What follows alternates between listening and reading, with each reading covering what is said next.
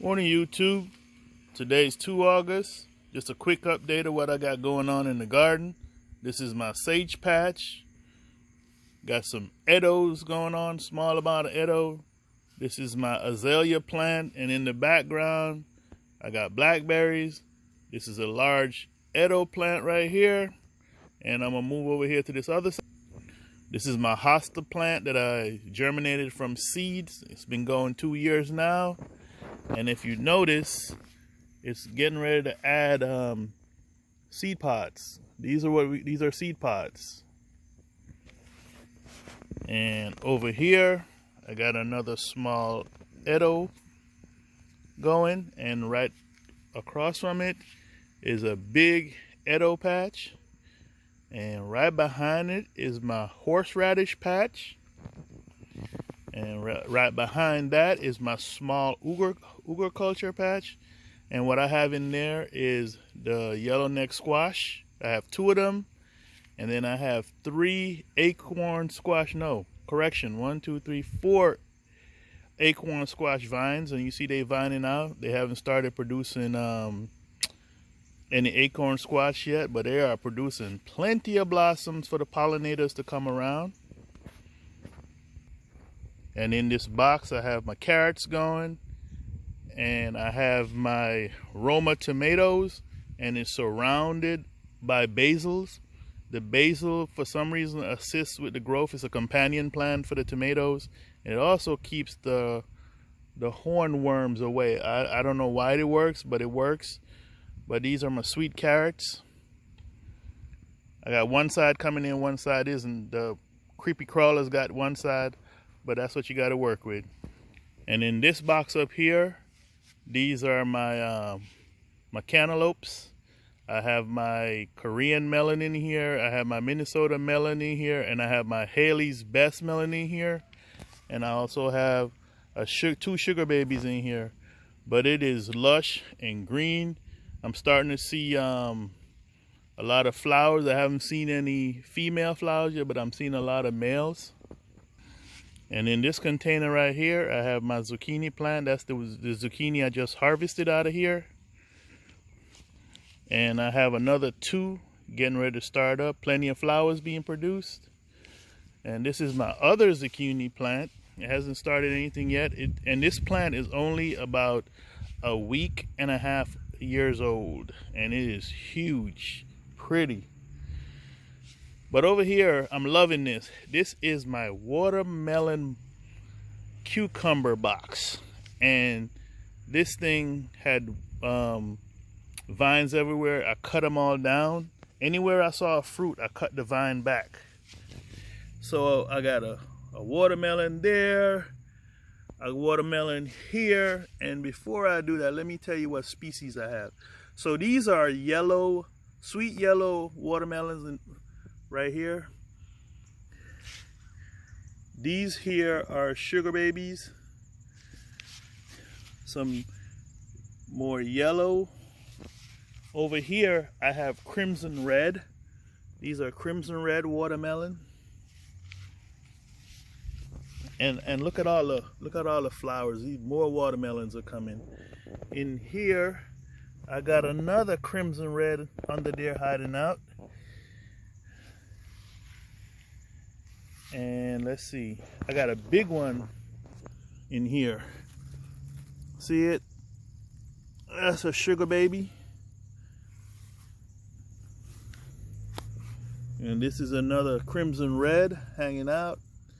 I have watermelon everywhere. These are my Jamaican pumpkin vines coming out, going across. So this is my huge watermelon vine. And then those are my Market Moore cucumbers going up the trellis. Haven't seen any flowers yet. Just waiting patiently.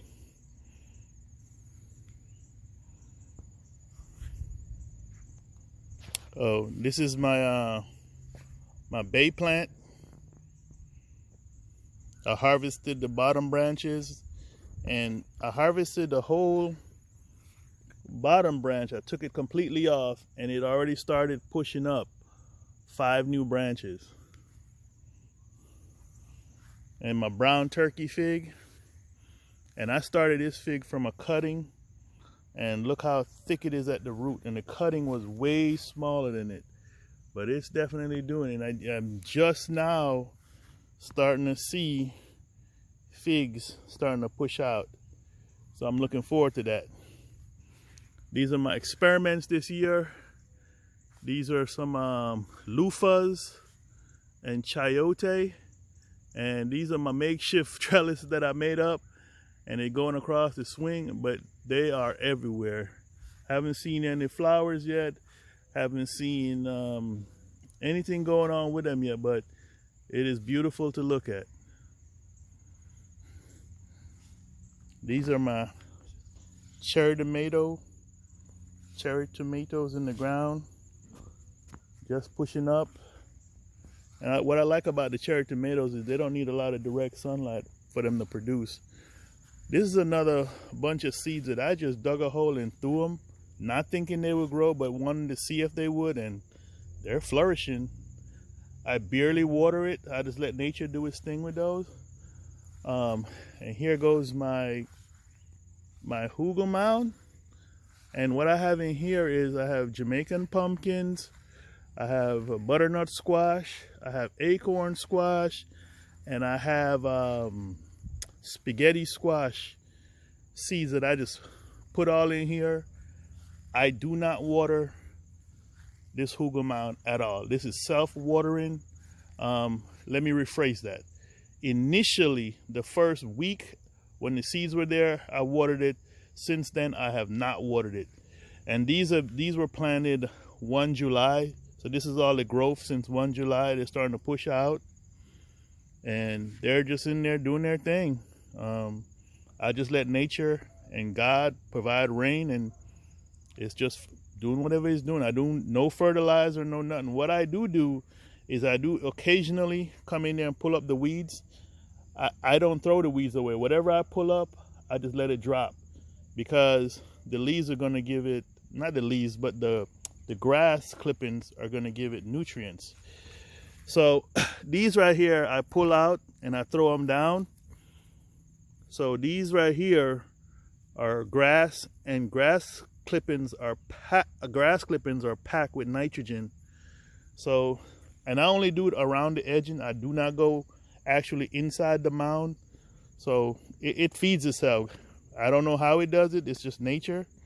And I've tried this technique 5 years ago, and the first 2 years it worked, and then the third year I messed up and put wood chips on top and nothing happened. So I gave it a whole year to recover. So this is the 5th year, and man, I am pleased with the performance right now. So that's my hugel mound. And so I also created 3 small hugel mounds, and I wanted to do that with sorrel. So these are white sorrel in the hugel mound, and what I've done is I've packed it with grass clippings. Grass clippings is again packed with nitrogen, so that's why they look so lush and green. And this is another fruit, vegetable, whatever you want to call sorrel, that I do not come up here and water. I just leave it alone. All I did was stake it so it won't fall over, because they get big, and let nature do its thing. And this is what I'm working with. They have been staked out now since the end of May, and they look very good, and they're branching out. They look like they're getting ready to take off. Now, if you notice, these two are about the same size, and this one is small. What happened with this one was a deer broke it. He literally snapped it. The funny thing is, he didn't eat it. He just snapped it, because I watched him. But what happened is, whenever we break something off, it comes back stronger, but it also does 2 branches. So if you notice, this one has split off into 2 branches. So I'm pleased with that. Probably in the background of my video that I'm shooting, you probably saw this tarp down. And what I have on this tarp is grass clippings. So I don't throw away my grass clipping. These are my fertilizers. I let my grass clipping stay on here. It get water, it becomes slushy. I come out here with a rake, sift it around so it can dry out. And then the bottom is still green. If I go in here and pull it up, you'll notice, I'm going to do a little bit of it. If you notice, it's like black gold right there. Black gold is turning into compost. So if you got grass clippings in your yard, don't throw it away. Use it for your vegetables. Instead of going to the box store and spending money buying fertilizer, use your grass clippings. It's packed with nitrogen. And if you want to add some brown stuff, some leaves, add that. But just wanted to give a quick update on what I got